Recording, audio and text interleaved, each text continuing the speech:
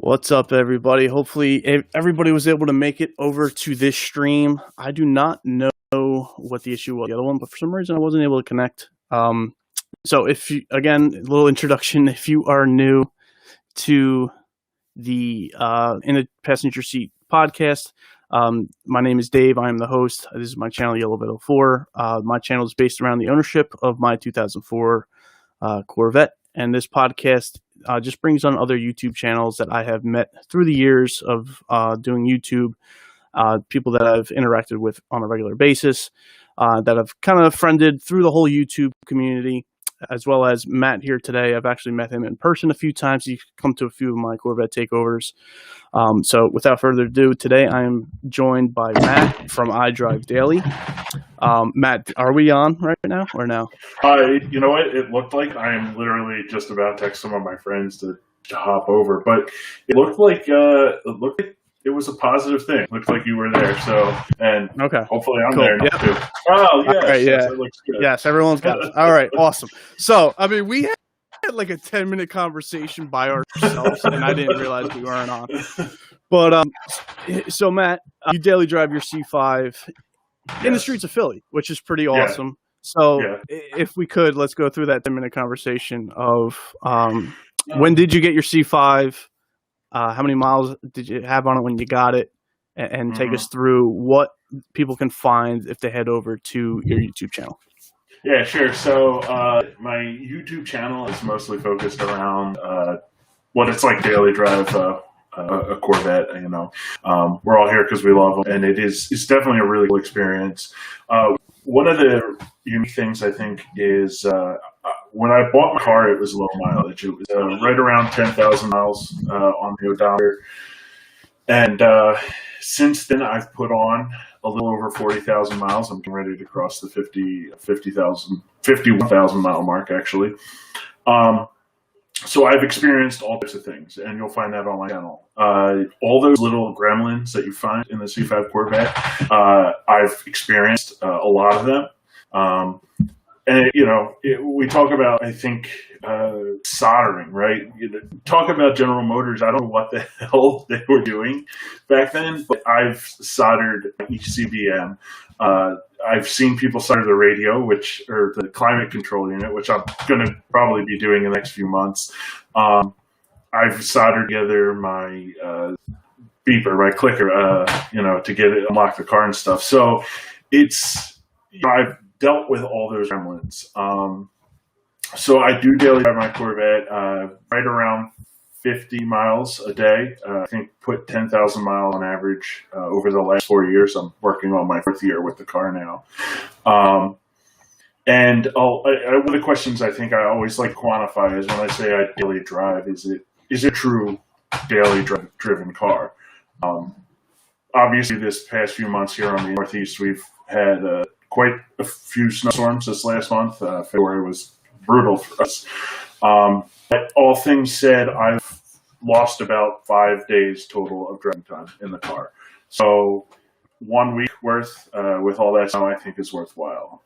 Usually what ends up happening is I shovel my driveway, I give it a day to kind of go as much away as possible, and then I'm right back in the car. So all things considered, I would say, I do daily drive my car. I lose about a week of driving time to it, to winter per year.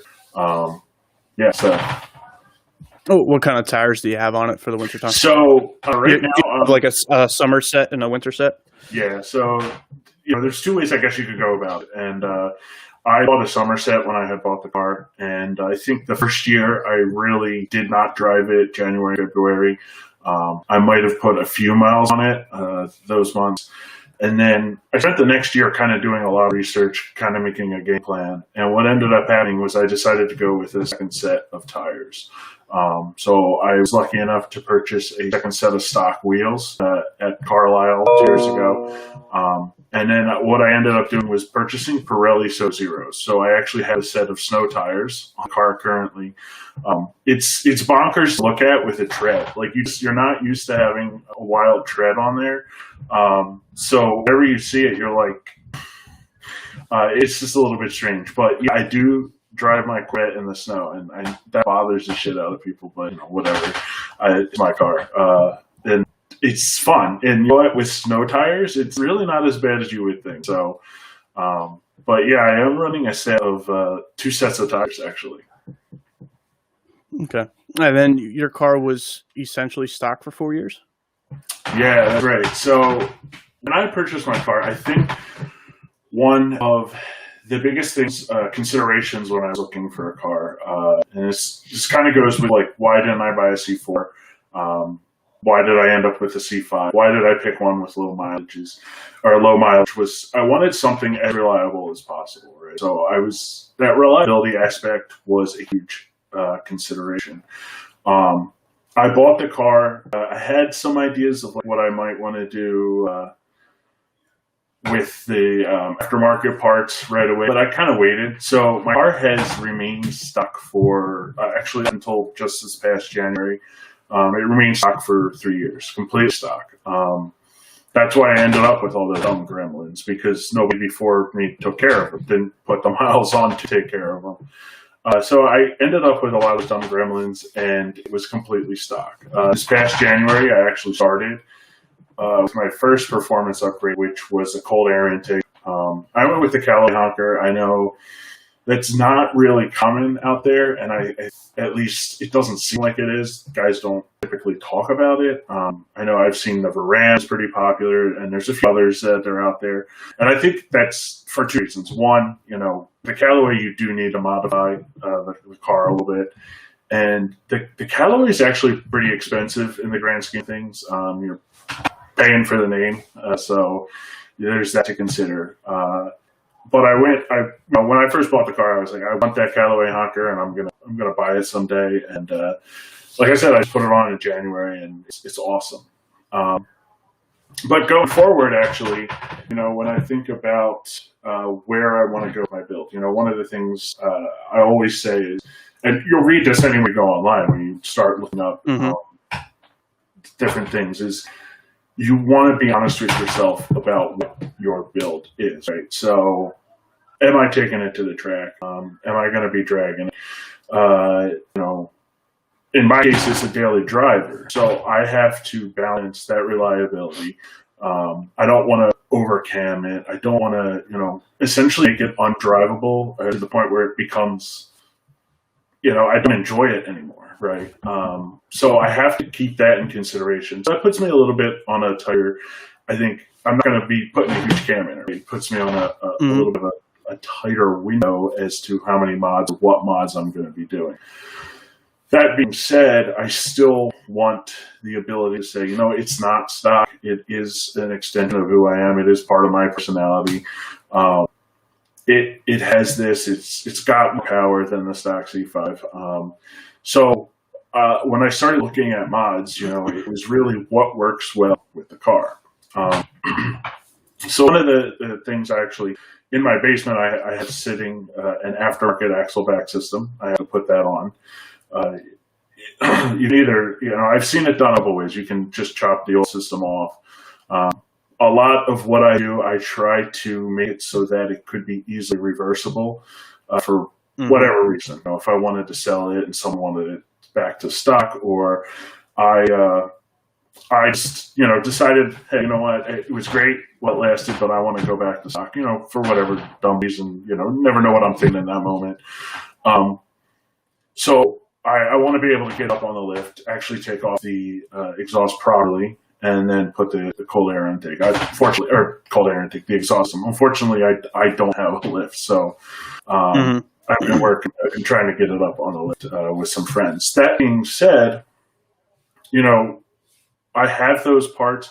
Where do I want to go forward? So there's a few other things. The LS, everywhere you go online, everyone talks about how well it actually responds to a cam. It's just one of those engines that when you cam it, you get power increase. You're not really sacrificing the reliability or the drivability unless you're going to a huge cam, which I wouldn't be. And, plus I get chop and I can say it's cammed, right? And that's pretty much all we want, right? When we go to the cam, I don't really care about the numbers. I want the chop, and exactly. So I think the cam is probably the biggest thing going forward that I would do. I plan on doing that along with long tube headers that'll just improve the sound, and probably an expert at that point, and a tune. And that's basically as far as I think right now I'm going to go. I always say right now because I think you said it once, like once you start increasing power, it's like it becomes an addiction. And I'm fully aware of that. And I guess I have to keep looking back to like what my build is about. And it's, it is my daily driven car. So I have to balance somewhere. But no, I absolutely, going forward, I'm definitely going to want that chop. Yeah, and I think that's one of the things that, that's one of the things I really like about the Corvette, right? Is it's easily modifiable. It's, there's tons of people who have done it. So if you get stuck, there's someone out there to help you. And just this past winter, actually, this January, my oil pressure gauge went. And if you guys have a C5, it's just one of those things. Like, you're probably going to have to replace sooner or later. And there's two ways to go about it. You can dig your hand back there, or you could take manifold off. I'm a bigger guy. I have bigger hands and wear big gloves. So I can't get back behind the manifold easily. So I was just like, you know what? I'm going to take the manifold off. And I psych myself up because I really haven't worked on a car in that aspect. Like I don't consider myself like a mechanic. I'm an amateur mechanic. I'm learning as I go. Exactly. And that's where I've been on my channel. Yeah. This is the first car I've ever worked on. And to show everybody how easy it really is to work on a Corvette, it really isn't bad at all. No, not at all. And it's like I got that manifold off. Taking it off was the longest portion. And then I fixed everything, and I literally had it back on within 10 minutes, 15 minutes. And I'm looking at the completed project, the car is running, and I'm thinking to myself, why was I ever worried about it in the first place? Yeah. No, it's just, having this car has taught me a lot about how much I actually enjoy working on it. As long as I don't psych myself up too much about it. So, yeah, it's a great car. What exhaust do you have waiting to go on the car? So, right now, it's stock still, but I did purchase a Hooker Blackheart. Okay. There are a couple things about that. I think the Hooker Blackheart is it is the cheapest name brand. I'll call it name brand because Hooker's fairly well known. It's the cheapest name brand exhaust, I think, that you can purchase new. I spent about $900 on it, all said and done, delivered to my house, which is not terrible for a new exhaust. The thing that I think would scare a lot of people, and I'm definitely taking a gamble on it, and hopefully by the next car meet, I'll have it on there so you guys could hear it as well as if you just hear it, is I've never actually heard one in real life. And that is a huge gamble, I think, for a lot of guys. You want to usually be able to say, yeah, you know what, it does sound good. I know for a fact I'm spending my money on it. But there's very few videos on it. The few I have seen, it sounds awesome. But you're gambling with the video quality too. And so I'm totally rolling the dice on this, but needless to say, once it's on there, I have every confidence I'll be happy with it, especially over stock. I mean, the stock exhaust is just nothing compared to anything aftermarket in reality. I mean, it's whatever exhaust you go with, it's personal preference. I mean, they all sound good. You can't go wrong with any of them. So, I mean, besides, the exhaust and maybe the cam and whatever else you got going on, what else do you see coming down in the future for the channel? And any other future plans? So I think that's a really, to kind of answer that, I guess I have to think about where I thought the channel was going when I started it. If you look at some of my early stuff, it's bad. Like I had no idea what I was doing in the beginning. And I'm definitely getting better as I go along. The thing with my channel is, I've broken it up into years, or I call them seasons. I look at it almost like a TV show, right? And each season is a year of ownership. So I'm working on my fourth season now. I think eventually it comes to the point where, if I end with the cam and all that stuff, I don't know how much further that goes, right?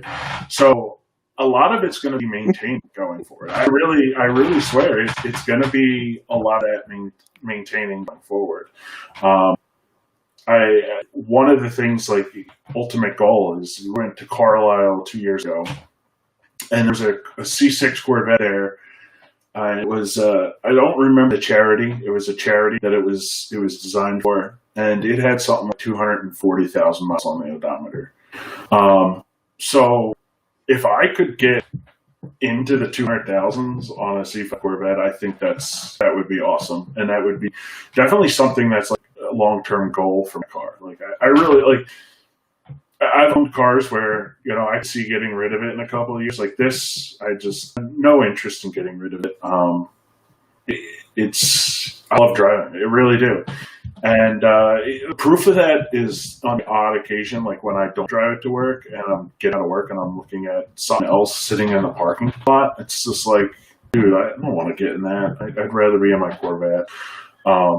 But yeah, moving forward for the channel, it's going to be a lot of maintenance. Obviously, we still have the cam to put in, and honestly, I don't foresee that happening until next January, maybe next March, somewhere around that time frame, after Christmas 2021, probably after New Year's 2022. So going forward, it's still going to be a lot of that stuff. We didn't even get into the visual mods, right? So if you guys have seen my channel, I do drive Electron Blue Corvette. I love that color. Great color. Great color. It's a funny story about that color. When I was looking at Corvettes, I had no idea what color I was going to buy. A lot of time, I know a lot of guys like go out and specifically look for a color. Like I definitely want a blue Corvette, or I definitely want a red Corvette. When I was looking for a Corvette, I had no idea what I was going to get. I grew up thinking like you should buy a Corvette in black, red, or white. I don't know why I thought that. Someone told that to me once, and it's like one of those things that nagged in the back of my head for a long time. And I remember I test drove a red Corvette. I think it was like a 99 or 98. And I really just I wasn't sold on the color, and I was like, I don't want it. But I thought about it today, and I was like, you know what, I could sell for red. It was like a blessing in disguise, because I went to buy it, and the girl was like, no, I just saw it like an hour ago. And I was like, all right. And then I saw this blue one. This blue one was actually priced really high when I was looking. And it was out of a dealership. It was probably about an hour and a half away from the house. So I sent them an email, and I was like, dude, give me your lowest price, and I'll be up there this weekend to buy it. They sent me what I thought was a fair price back, and it was actually like $5,000 off of what they were asking. So I was like, yeah, you know what? I'll be up there. Let me test drive it. And it was the same thing. Like I went up there, and I was like, wow, this is a really pretty color, but do I really want a blue car? Like I don't know. I'll be honest with you though. Like since I've owned it, I just every time I look at it, I fall in love with it over again. It's a phenomenal color. That being said, visually, I'm thinking about, cam. I get all the performance upgrades, but that's great. It drives the part, but I want to look the part too. So I think about some of the visual mods I want to do. Right. I love the look of carbon fiber, and I know I've had friends tell me carbon fiber doesn't work with blue. It's not going to work, dude. You're not going to like it.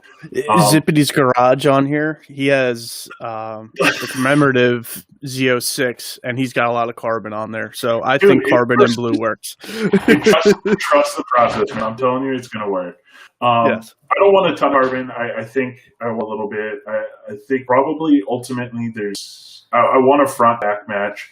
So right now the Vision looks like a carbon fiber spoiler, and that'll either be I think I have a Spoiler King sitting in my house that I ever put on.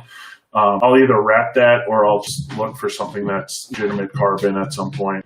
And I either want to wrap the headlight covers or buy an actual carbon fiber hood. That's kind of the two visions I want there. Either way, I want a little bit of carbon in the front, and I want a little bit in the back. So not a ton, just a little bit to break up the blue a little bit, add a little bit of draw your eyes somewhere on the car in that aspect. And then every time I see that in my head, I realize that the stock wheels aren't going to cut it anymore. I think that frightens me because I literally just bought snow tires. So I don't know. I don't even know where I'm going to go with that.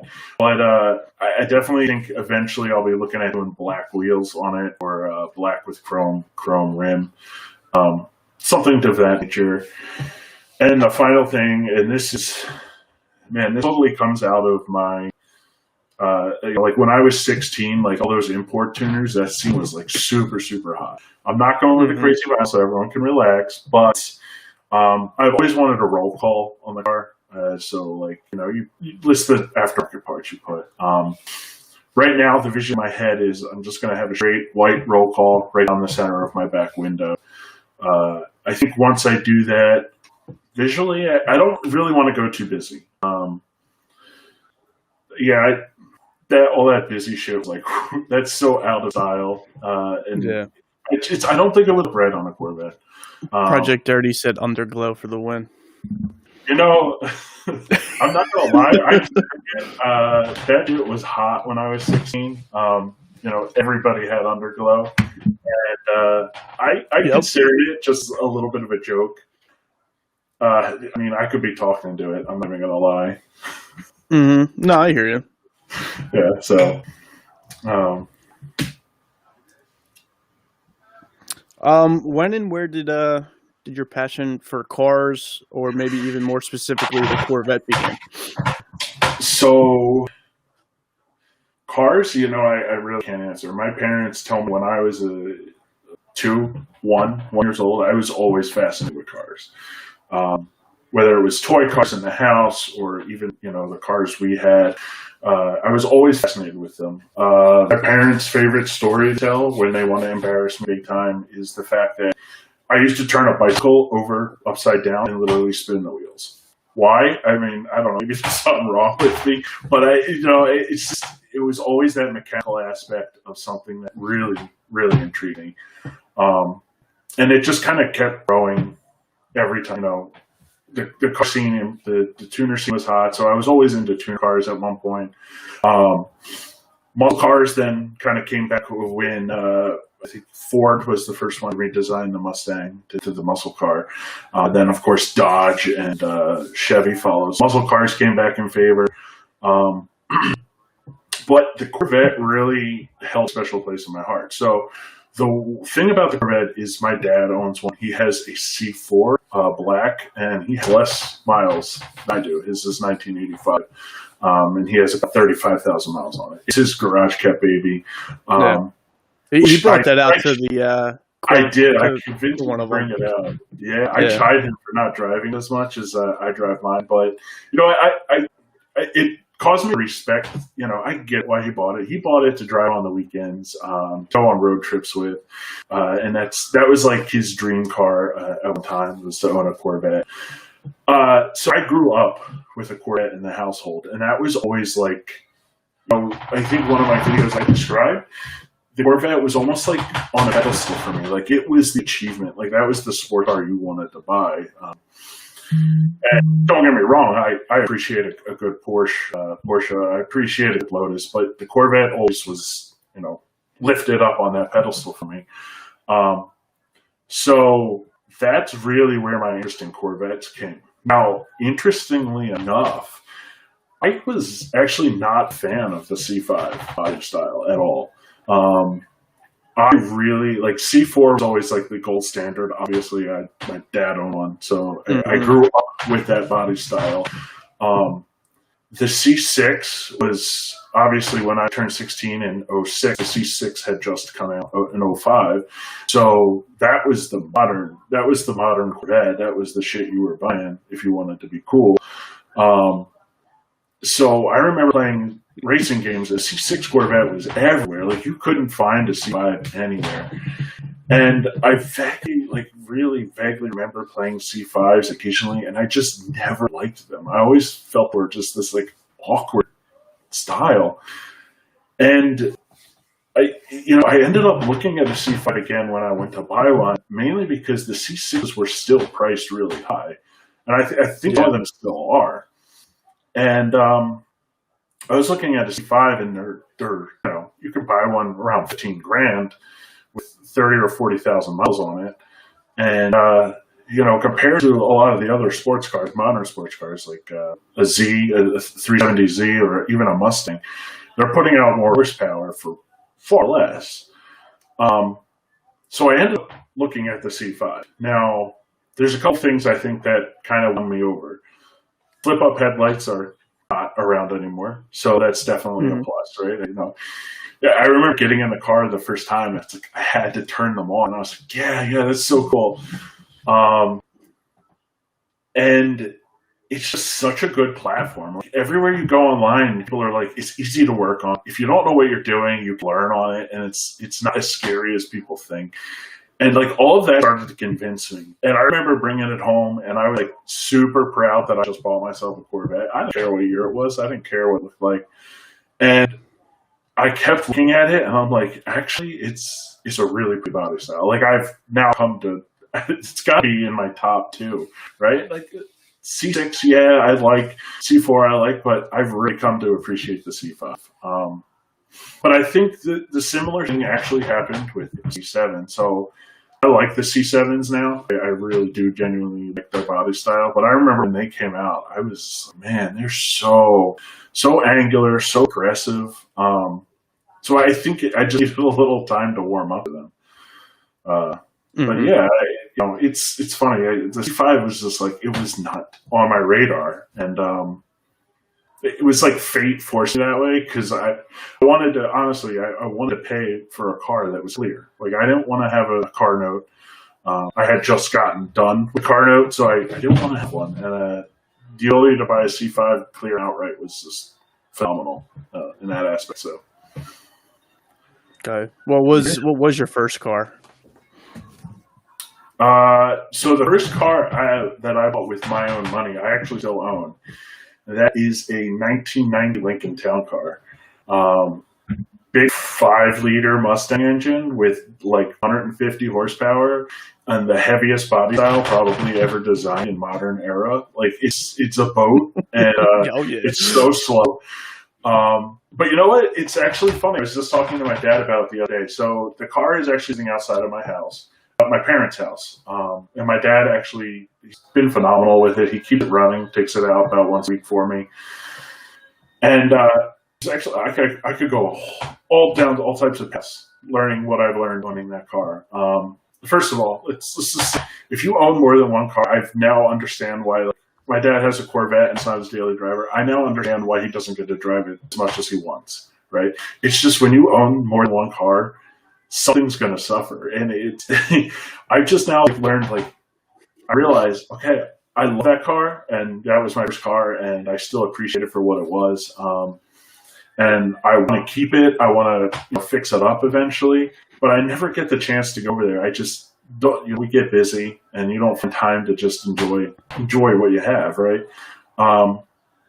So it's definitely like the biggest thing I learned out of it. Having two cars makes it sometimes really difficult to focus on both of them. But anyway, that was the first car. It's still there. It still runs. It's I always called it burgundy. It's like the color of my shirt, because red was who wants to drive a red car? You drive a burgundy car. It always sounded better to me.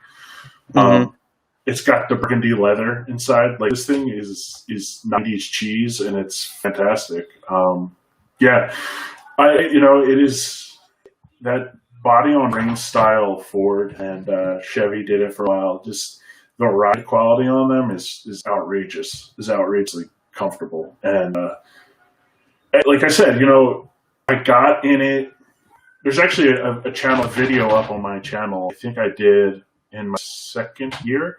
I still wasn't good at doing videos, so it's probably pretty bad. If some guys want to go back and watch it and totally comment on how bad it was, but I actually featured that car. And the reason was I was talking a little bit about gas mileage in C5, which for a V8 is great. The car is relatively light, and you're looking at 30 plus on the highway in a V8, which is phenomenal.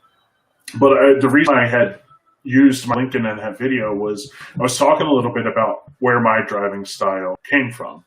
I didn't have a fast car when I was young, so I learned to drive slower, not really by choice, but I was forced to do so.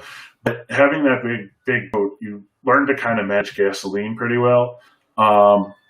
And I remember getting in it and driving it literally around the block, and I was like, I remember why I loved this car back in high school, and it was a phenomenal car. Actually, interestingly enough, that was the first Ford model that was in my household since I was born. I could think my mom drove an Impala, and then before that she had a Tahoe, and then before that she had a Blazer. My dad had the Corvette. He had a Blazer before that. Like, it's just, I grew up in a Chevy family, so it was kind of like you're buying a Ford product. Like, are you sure about that? Yeah. So, but first cars is always fun. I think first cars is always fun. Like, thinking about what you've owned. I've run the whole gambit. I had the Lincoln for a while. That was what I think that retired. I would say the town car retired when I got out of college. That's definitely when it retired. Right out of college, I went and bought myself a beat up Volvo. It was a black S70. It was like 04, 03, something like that. It had it had 230,000 miles on it. Like, this thing was beat. But it was a great car. Actually, if there's any cars that I regret getting rid of, it would be that one. And that one's like, it's a funny story, because when I bought the Volvo, it had 230,000 miles on it. And my mechanic, like, you have to check out this car. Like, I've had it. I bought it off this old lady. Her father died and owned it or whatever. And he's like, got 230,000 miles on it. Like, it's beat. He's like, but check the oil out. And he's like, I haven't changed it. It's been sitting there. And I've driven. He's like, I actually drove it 3,000 miles. He's because I wanted to see what's actually going on. And oil looked like it was brand spanking new. Like, this thing was amazing in that aspect. You would put in gold oil, and it would come out gold 3,000 miles later. No bits, no discoloration. Like, it was just, in that aspect, that was probably the best engine I've ever owned. The rest of the car was just like whatever. It wasn't even a turbo model. It was like the standard. It was probably the lowest model you could buy. But I ended up driving that just about 280,000 miles. So it was right around 50,000 miles that I had owned it. And it was an automatic. I didn't really drive too much manual at the time. And the transmission started banging. Like, it was clear to me that the transmission was getting ready to shit out. And so I was like, it's due for inspection. I don't know what I'm going to have to pay on it. I don't know what transmission is going to cost me. I paid like $1,800 for it. Like, is it really worth fixing? So I ended up taking it down to junkyard. I got $150 for it, and went home, $150 in my pocket. Like, oh man, it was a shame. Love that car, but it's over. Less than a year later, there's a Volvo dealership closing down right around my house. And in the front window, they have these two giant blue neon Volvo signs. And I see them cleaning up the building. So I stop, and I'm like, hey, man, like, are you getting rid of those neon signs? Like, how much do you want for them? Like, are you even selling them? And the guy's like, yeah, if you want them, like, it's, I forget, it's like $400. And I got two neon signs, like legit neon signs. I was like, yeah, sure, I'll pick them up whenever Saturday. So I go over, I'm loading them in the car. I literally had to, these things were wired. I had to cut them out of the building. Like, it was wild. But I threw them in the car, and I was like, oh man, like, it makes me miss my Volvo. And I started talking to him about it. And I think this is what really pissed me off. Like, I wish this taught me to do research on problems in cars. He says, "Oh, what was the issue?" And he's like, I wasn't a mechanic, it's like, but we've seen them come and go." And I said, "Oh, transmission was banging. It was, really bad. Like it would jerk at red lights and shit like that." It's like, "Oh, dude, that's like you just drop transmission, clean the solenoid valves, put it back in." He's like, "You get 280,000 miles out of it, more." And I was like, I sold that shit for $150, dude. Like, and he's like, "Oh yeah, it might have cost you like $1,000 to do." He's like, "But 300,000 miles more on that transmission." He's like, "I can almost guarantee it." And I was like, "Oh my God." That's like the only car I think I've lost. I consider it like a loss. Like, I'm really pissed that I lost that thing. So, but yeah, it taught me to do research problems, to actually go out of my way to research. And it's great with the Corvette, right? Because most likely someone else has had the problem. Mm-hmm. So they're going to tell you how to fix it, or at the very least tell you what it is. So if you have to go somewhere to get it fixed, if it's way beyond you, you're not being lied to, right? You have an idea of what's going on. But yeah, it's definitely a little bit of my car history. Nice. There was a question further back, actually a couple of questions, but one of them was, what cold air intake would I recommend for a C5? There's only like not even a handful, maybe like 2 or 3 that are actually true cold air intakes. One is being your Callaway honker. The other one being the Veraram. Right. I actually have a Veraram sitting in the corner over there. Everyone complains about how it just fits like crap, but I have it. Maybe I'll put it in. We'll see.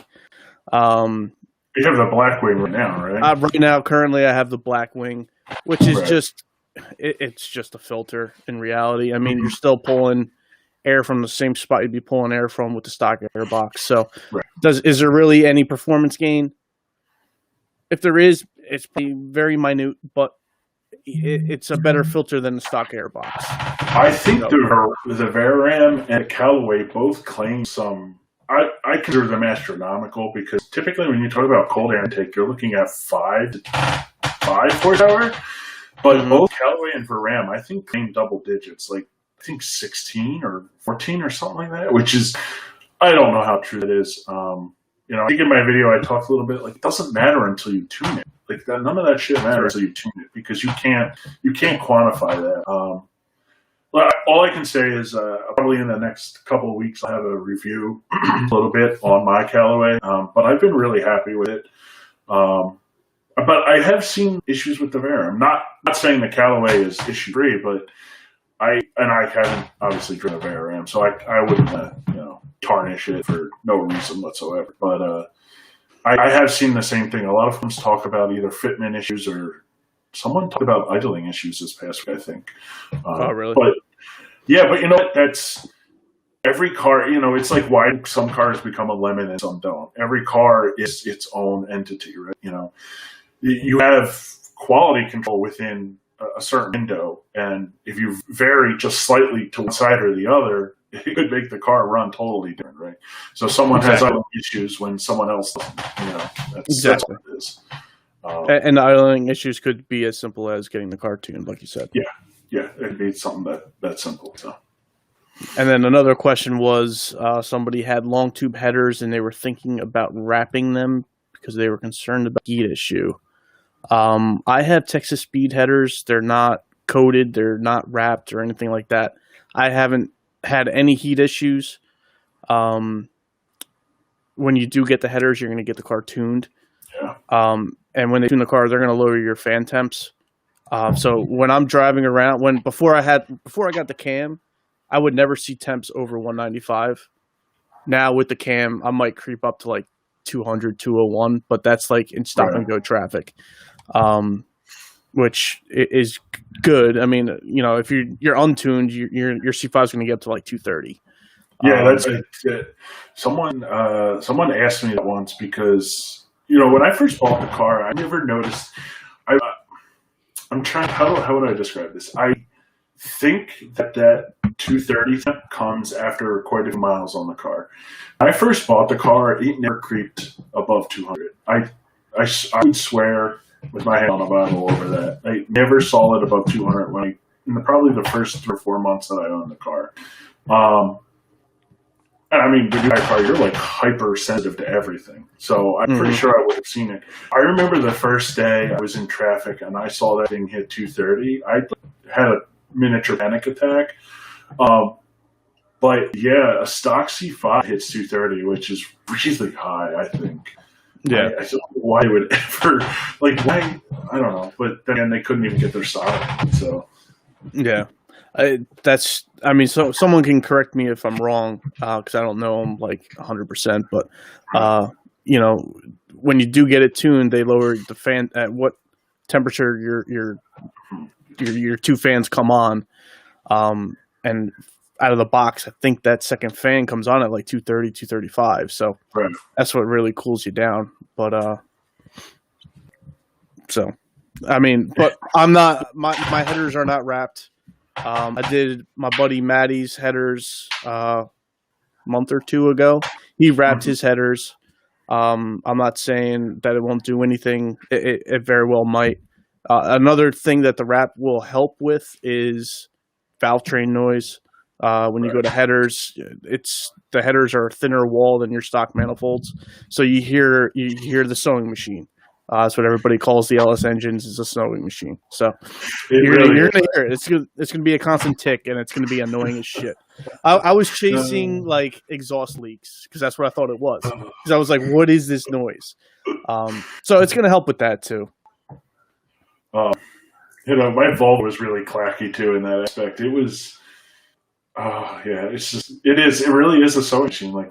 Sometimes when you open that hood, it's just clack, clack, clack, clack, clack, clack, clack. And you're like, what the fuck? But it is what it is. Yeah.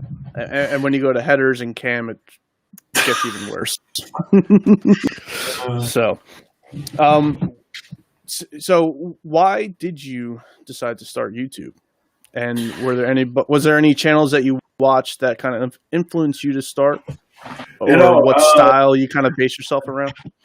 I actually, no. The answer is no. I don't. Okay. I didn't watch anything before I started a YouTube channel, which is probably why my shit was terrible in the beginning. Because I had absolutely no idea what I was doing. I came up with this vision in my head, and I think I look back to those first few videos I did, and it's it's not good. I still don't think my stuff's all that great, but I try to get the point across clearly and concisely, and I get a lot of positive feedback, so at least it's helping some people, and I think that's the ultimate goal. I think the reason I started a YouTube channel was because it kind of came up in just a random conversation with a friend. Actually, it was the very first. It came up in a conversation over the very first problem I had with my C5, which I had my windshield wipers decided to turn on and never shut off again, which I've seen other people have, but it's either one of two things. It's either the motor short-circuited, and that's what I learned about those udders in the body that you're going to have to clean out every so often. Otherwise, water backs up and shorts out your windshield wiper motor, or it's a stalk. The stalk has been known to go on the C5s. So in my case, I actually ended up doing both because I had no idea which the answer was. I did the motor, didn't fix it, ended up replacing a stalk, and knock on wood, it's been good since then. So my issue was the actual stalk on the steering wheel, on the steering column. So when I was doing that work, I actually did it at his house because I didn't have a lot of tools at my place at that time. I really wasn't doing a lot of work.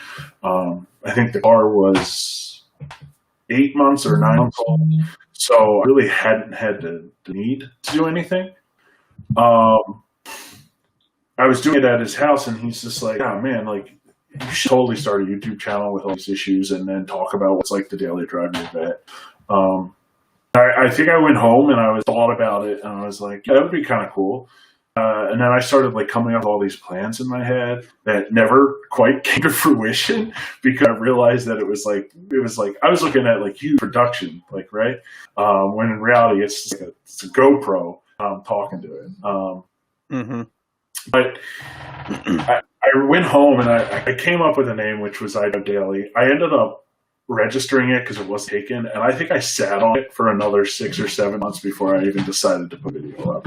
And it was just, I wasn't sure where I was going. I wasn't sure what I was doing. So it was really a trial by fire. I learned all that shit in the beginning, and even now, like, I'm still learning stuff.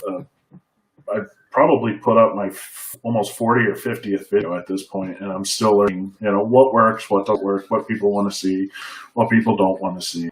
And, I put my best out there. Guys like it, some guys don't. It's just what it is. And, I don't need to be a big channel. I was never in for that. And it's just, I like the idea of just kind of being a vlog. It's really a vlog about, like, all the just random shit that comes in my mind. I talk about gas mileage. Nobody talks about gas mileage because nobody cares. But, I got X amount of views on it. So at least some people are interested. Then I talk about just, like, random shit that comes to my mind. I think I did a video on, those little plugins for insurance. Like, who would ever buy that with a Corvette? Like, that's dumb. And it is dumb. Like, I totally did it for 3 months, and it's the stupidest thing I've ever done because it's just a bad system. Like, even if you're not driving a Corvette, it's just a terrible system. But I did a video on that because why not? Like, it just popped in my head. I was doing it. I was like, let's just talk about whether it was worth it or not. So, starting my YouTube channel was like, it was just willy-nilly. It really was. It was like I had no idea what I was doing. I thought I would vlog it, and then I actually, Dave, believe it or not, you were one of my first subscribers. You were one of my first 10 subscribers way back when, and I was like, and then it led me to your channel. I was like, oh my God, someone else is doing it. Okay, let me watch what they do. And then, of course, my Corvette life is one of the biggest ones out there. I ended up watching a lot of his stuff, and then it led me to, Maddie, and it led me to Garage by 12. Like, it led me to all those other things, and now I realize that, like, it's not, I'm a small channel. Some guys might not like my stuff, but it's more about the community and helping. Definitely. And that's the really, really cool thing about the Corvette community is everyone's willing to help you. Like, if you are running into a problem, someone's willing to tell you how you fixed it.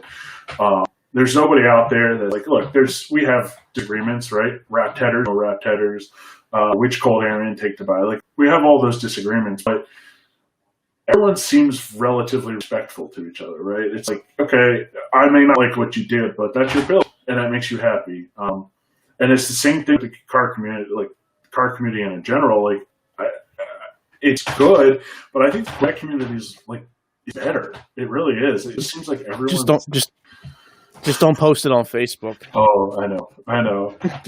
the C5 Facebook pages, man. People get grilled for certain things. I know. I think Ray at Project Dirty, he put up a funny post the other day. Ray, what was that? That you like the Z06 brake ducts on non-Z06 cars.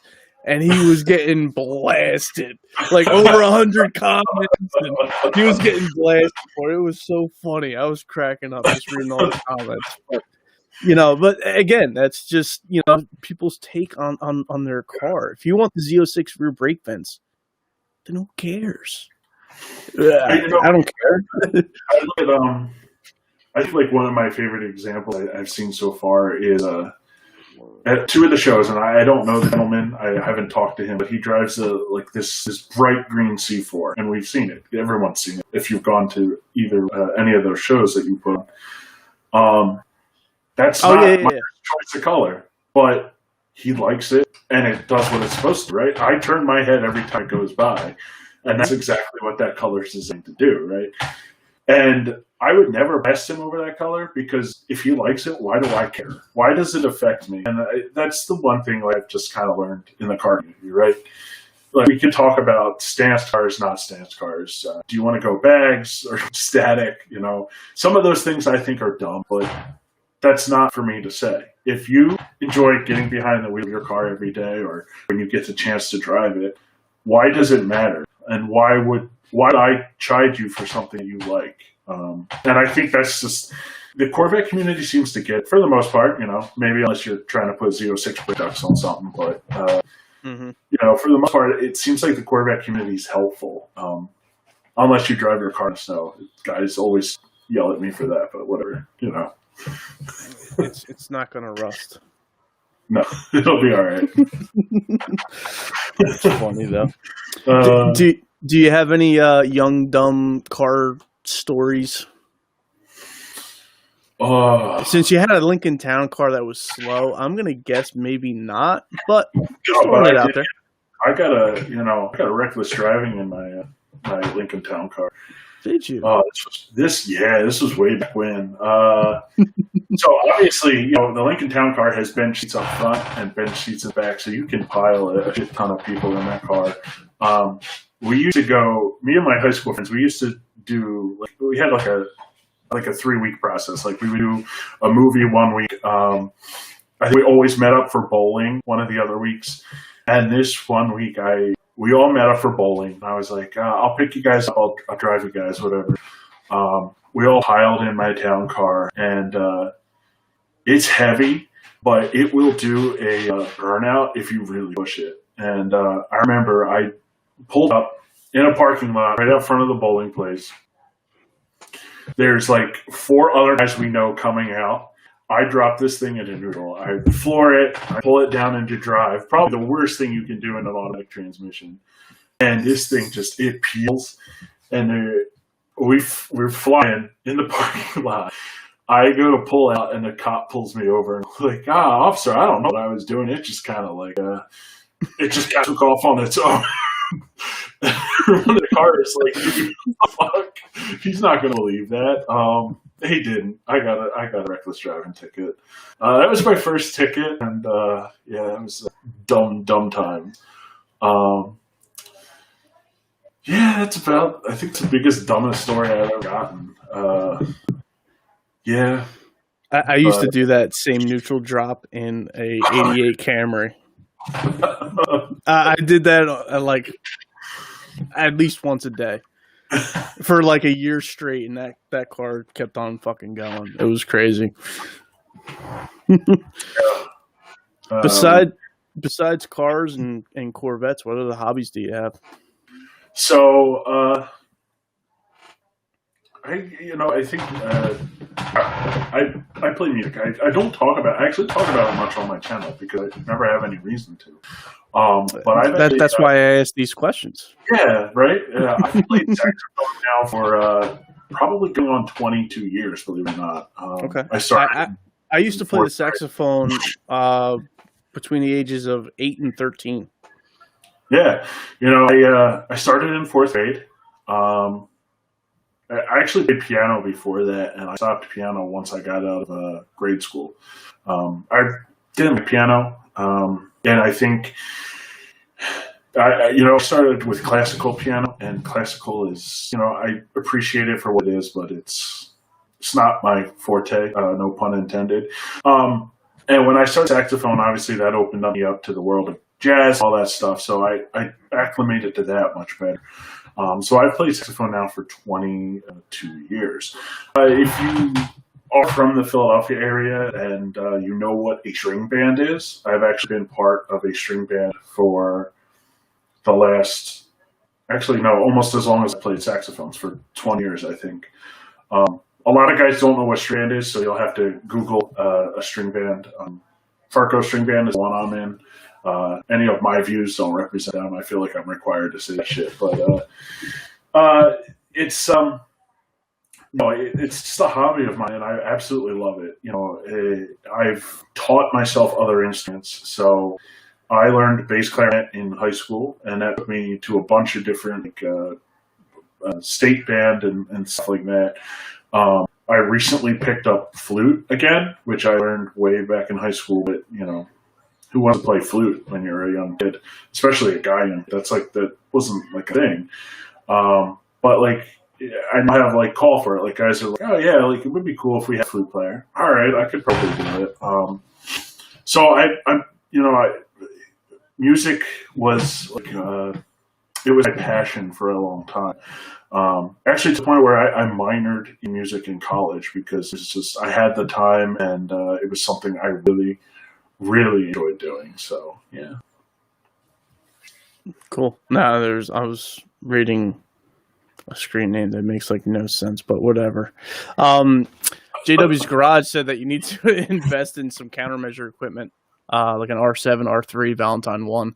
I put an R3 in my car last summer, because I always ran Waze, but I was coming home from work, from going on to a job site somewhere, and I hit this one spot on the highway where you come around a corner, well, before the corner, and generally there's no cops in the area. So, of course, I get on it. I'm on the highway, and as I just lit off because I'm coming around the corner, and there's the cop staring me down, and I had to be going over 100. So either he didn't have radar on or something, or maybe I jammed on the brakes quick enough where he realized, all right, he was just having a little bit of fun. I'm just going to let him go.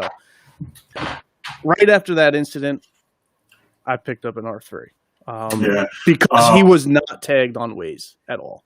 Yeah. So I'm actually getting ready to purchase one. I don't know if it's an R3 or what. I haven't quite done the research. I had a dash cam in my car. Probably shortly after I bought the car, I bought a dash cam. There's something I learned in a Corvette is people screw with you on the road. And I don't know if that's just me. Like, am I just an asshole that gets it? Or is it like a Corvette thing? Like, people see it and screw with you. Yeah, everybody wants to screw with you. All right. So shortly after I ended up purchasing a dash cam. It's obviously now going on its 4th year of service, so it's time to replace it. I want something a little bit better.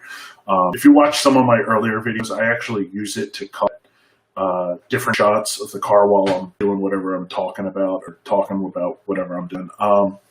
So I definitely want something a little bit better. So probably while I purchase a dash cam, I'm going to look to get some kind of radar detector of some sort. I think it's probably a good thing to have, especially in a Corvette. Honestly, I too got clocked once on I don't know where I was. I was heading up into the Poconos, I think, and I was meeting some friends, and I wasn't rushing, but the road was relatively open, and I was probably doing close to 195. I think I was doing 95. Didn't even see. I mean, it was literally a barren grass, right? There's grass, and he's right on the other side. He was completely blocked. And I'm heading up the Poconos. I know the way I'm going. So I'm not using Waze. I'm not using any of that stuff. He clocked me. I saw him pull out, and I pulled a Smokey and Bandit. I'm not even going to lie. There were 2 trucks in the middle lane. I ducked in between those 2 trucks and then pulled up such that I was blocked, and he went flying by on the left looking for me. So got out of that one. But if you're gonna push it every once in a while, let's be honest, buy a Corvette you're going to. It's a good idea to have one of them.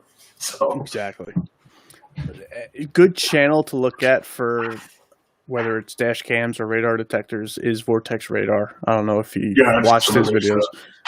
He's great at going through all the everything to the nerd level of it, just because that's what he's into. So, great channel to look at if you are thinking about a radar detector or dash cam.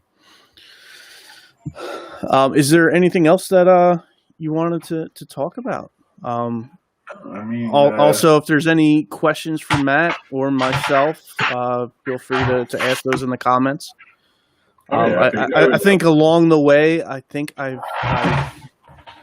got to everybody's comments and questions, or if I didn't, other people answered it. That's why I didn't get to it.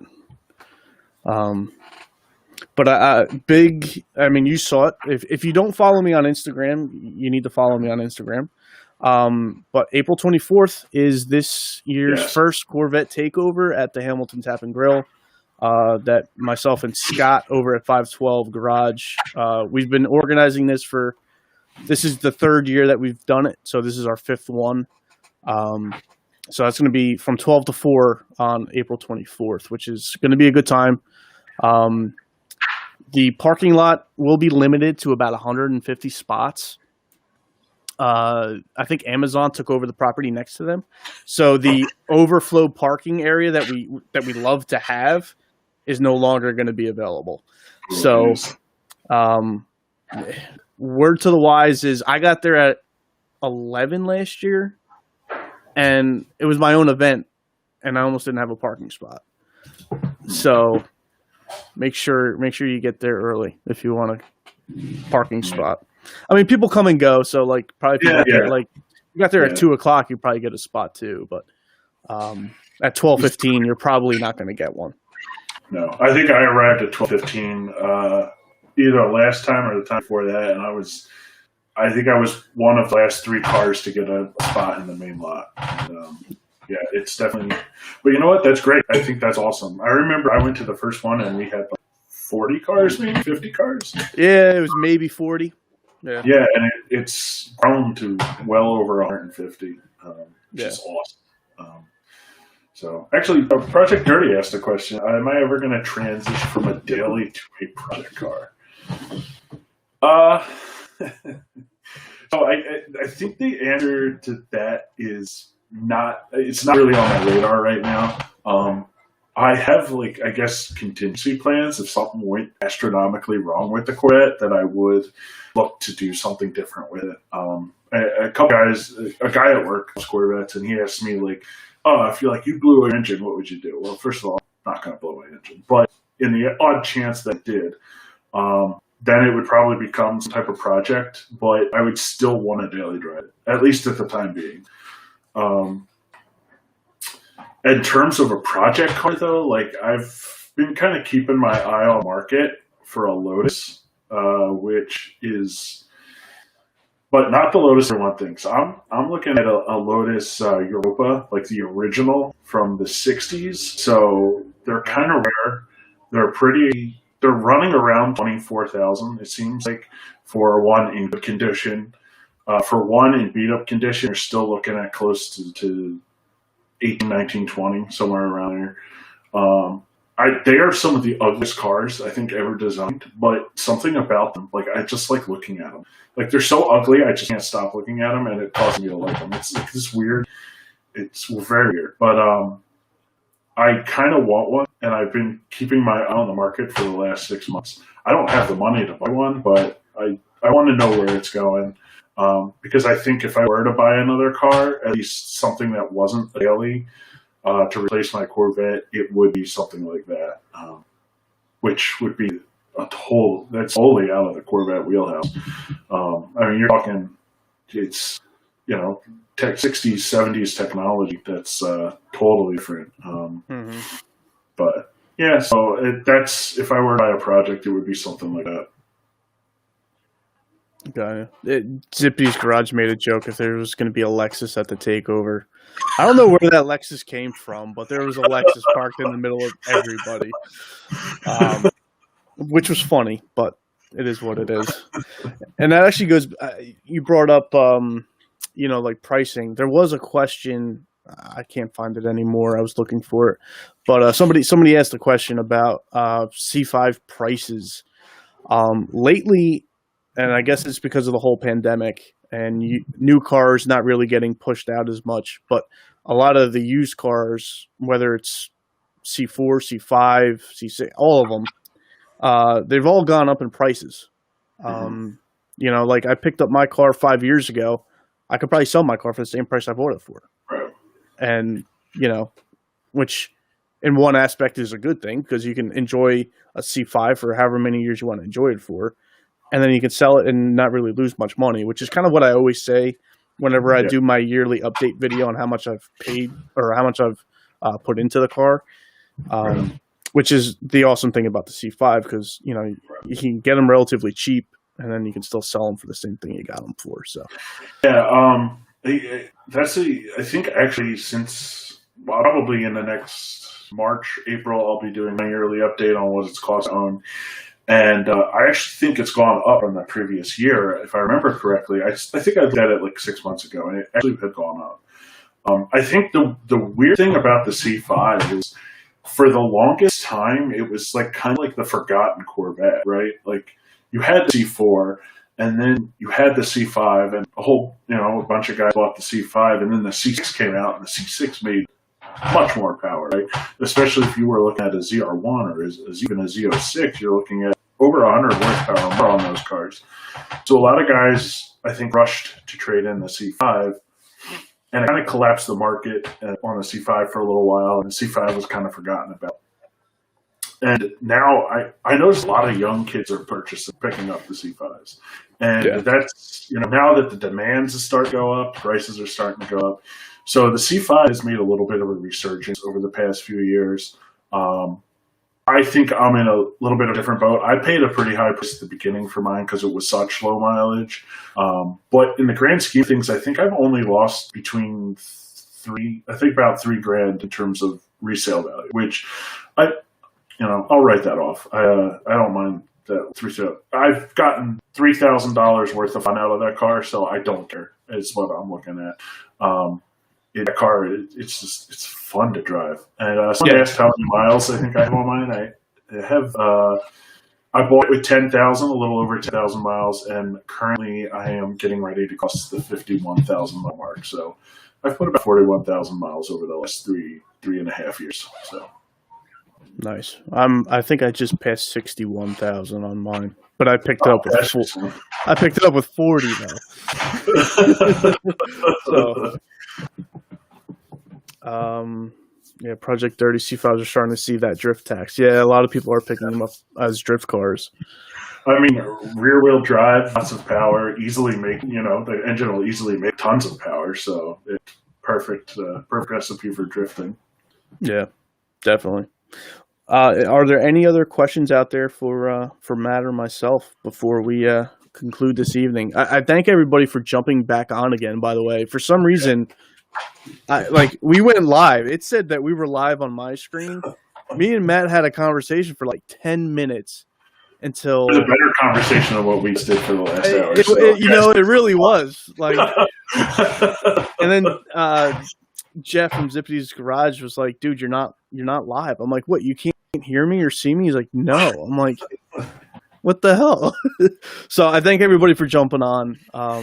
We had to scramble for a little bit, but we're here. We made it, and I appreciate everybody for jumping on.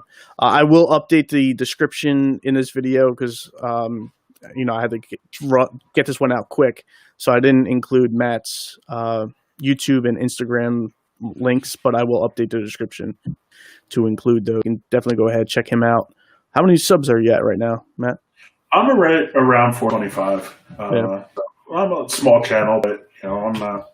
Like I said, it was never about the follows. If I'm helping guys, then that's perfectly fine with me. Yeah, that's kind of the way I started it too. Was I knew I was going to be doing things to the car, and I know I'm not the only one doing those things to a C5. So if I can help somebody, awesome. If somebody wants to help me because I don't know what the hell I'm doing either, that's great too. I'll take the criticism as long as you're not a troll that's just looking to make noise. I'm fine with it.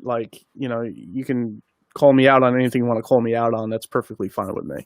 It's a learning process for me too. So that's what all this is about. And like you said, the community that you grow here on YouTube is awesome. Obviously would have never met you, would have never met a lot of the people here in the comments that are, 3 time zones away. So, so that's awesome.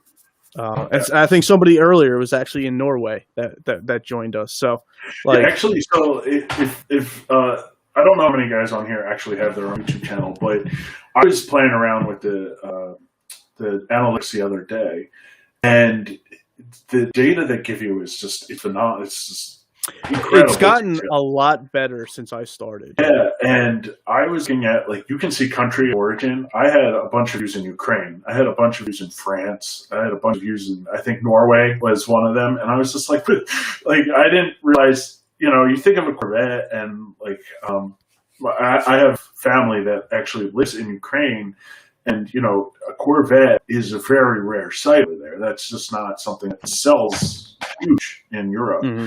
And so when I see views like that, and I see a guy like, hey, I own a Corvette in France, and it's the only one I know of. To me, that's really cool because, it would be equivalent to us, well, now the import's changing, but, owning an R34 or an R33 here, like they're just not common. So to me, that's one of the coolest things I've seen since I've started my channel. Definitely. Well, guys, I think that's going to conclude the evening with Matt. Again, go ahead, check him out on YouTube, give him a sub. And again, thanks for everybody for jumping on. Matt, thank you for joining me tonight. Of course, happy to do so. And thank you for having me. Yep, no problem. Next week, I will be having JW's Garage on. He has a C5 and a C7. His C5 is supercharged, so we're going to have a little fun discussion about that. Maybe that'll give you that itch too, Matt, to go supercharged down the road. Yeah. I know it's going to give me that itch because I am really strongly considering it. So, well, you know what? I think a great debate is whether you want to supercharge or turbocharge. Yeah, I mean that's it. That is the fight. Personally, for me, I like the sound of a supercharger. But if I had a different car, I might consider turbocharger. But I've always liked the sound of that supercharger line. That's just my preference. So he has a spare setup still ready to sell. Oh, Don't tell me that. Don't tell me that one. So, all right, guys. Thanks everybody for joining me. Again, we'll be on here again next Tuesday at 9 p.m. Eastern time to talk with JW's Garage. So, thanks everybody again. Have a good night, and I'll see you on the next one.